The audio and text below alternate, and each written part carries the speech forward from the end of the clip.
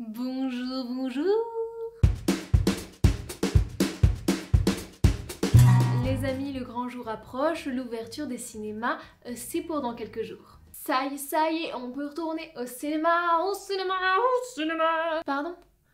Ma dernière séance de cinéma, il me semble que c'était au mois de mars, quelques jours avant le confinement, une des dernières séances, complètement déserte.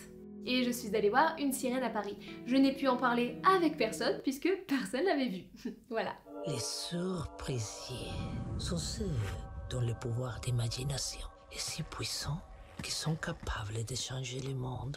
C'est donc un film de Mathias Malzieu qui a réalisé La mécanique du cœur, qui est un film d'animation, qui a également écrit beaucoup de livres, qui a un petit peu un univers qui parle d'amour, qui est très poétique, presque enfantin, et qui finalement montre avec beaucoup de simplicité la complexité d'un sentiment tel que l'amour.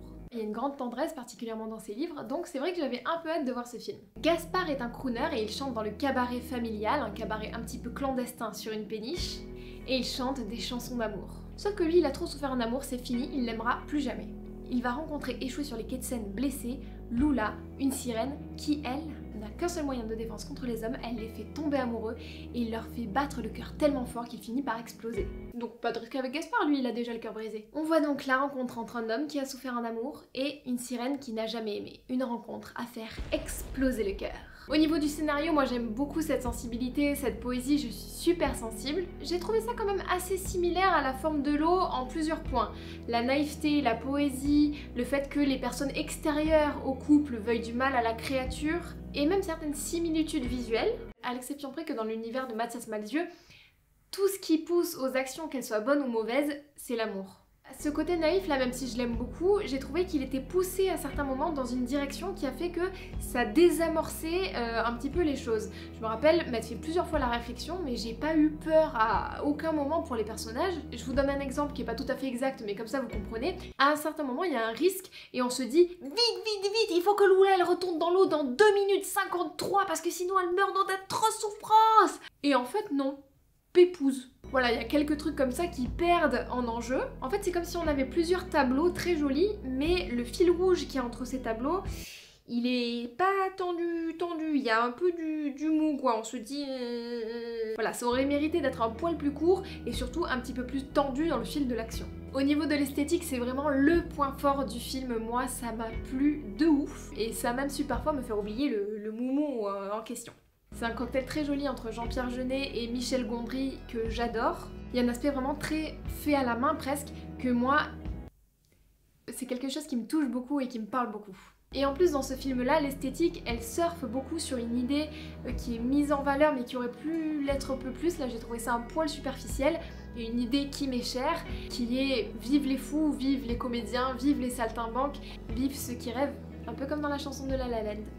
Here's to the fools who dream. And here's to the fools who dream. Je suis comédienne et je connais l'enjeu de galérer pour la créativité, pour l'art, pour vivre de sa passion. Et je marche aussi moi sur cette corde qui fait vibrer et qui fait perdre un peu l'équilibre.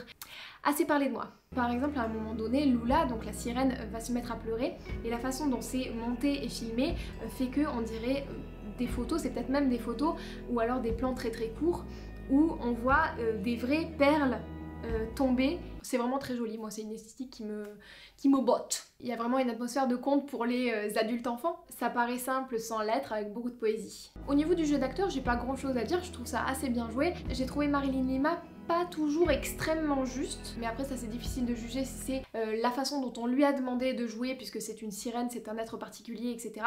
ou si c'est son jeu à elle-même. Puis de toute façon c'est un avis très subjectif, mais c'est vrai qu'il y a des fois ça me sortait un peu du truc. Par contre je comprends complètement pourquoi on l'a choisie. Elle est magnifique dans ce rôle de sirène, ça lui colle vraiment. Elle dégage vraiment un truc hyper frais, hyper naïf et hyper doux.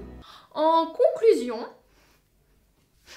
J'ai trouvé que c'était vraiment un chouette film. Oui, il y a des défauts, particulièrement au niveau de la construction du scénario, mais c'est quand même super plaisant à regarder, particulièrement si vous êtes sensible à ce genre d'atmosphère, à ce genre de poésie, à ce genre de tendresse, et que vous aimez les fous qui en font un peu trop. L'univers du film est tellement une bulle bien construite que j'ai l'impression qu'il a passé peut-être plus de temps à construire cet univers que à construire l'histoire. Mais moi ça m'a séduite et du coup j'attends vraiment le prochain projet de Mathias Malzieu parce que je suis sûre qu'il va réussir à mettre la dernière pièce du puzzle qui en fera vraiment un excellent film parce que vraiment ça a un chouette potentiel et je vous conseille d'aller voir Une sirène à Paris, je suis sûre que vous allez passer un petit moment très sympathique. Voilà, c'était ma première critique.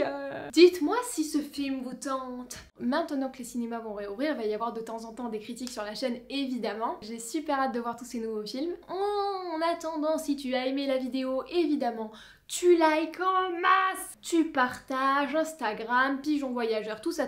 D'ailleurs, n'hésite pas à aller sur Instagram, tu vas voir, je fais grave la meuf. Et puis des fois en story, je mets des petits avis sur des films, etc. Je mets toujours en petite avant-première le sujet de la prochaine vidéo. Voilà, je resterai bien avec vous, mais je n'ai plus rien à dire. Merci beaucoup d'avoir regardé la vidéo. N'oublie pas de rêver, c'est important, n'oublie pas de rêver, Jean-Pierre. Je vous souhaite une bonne fucking journée.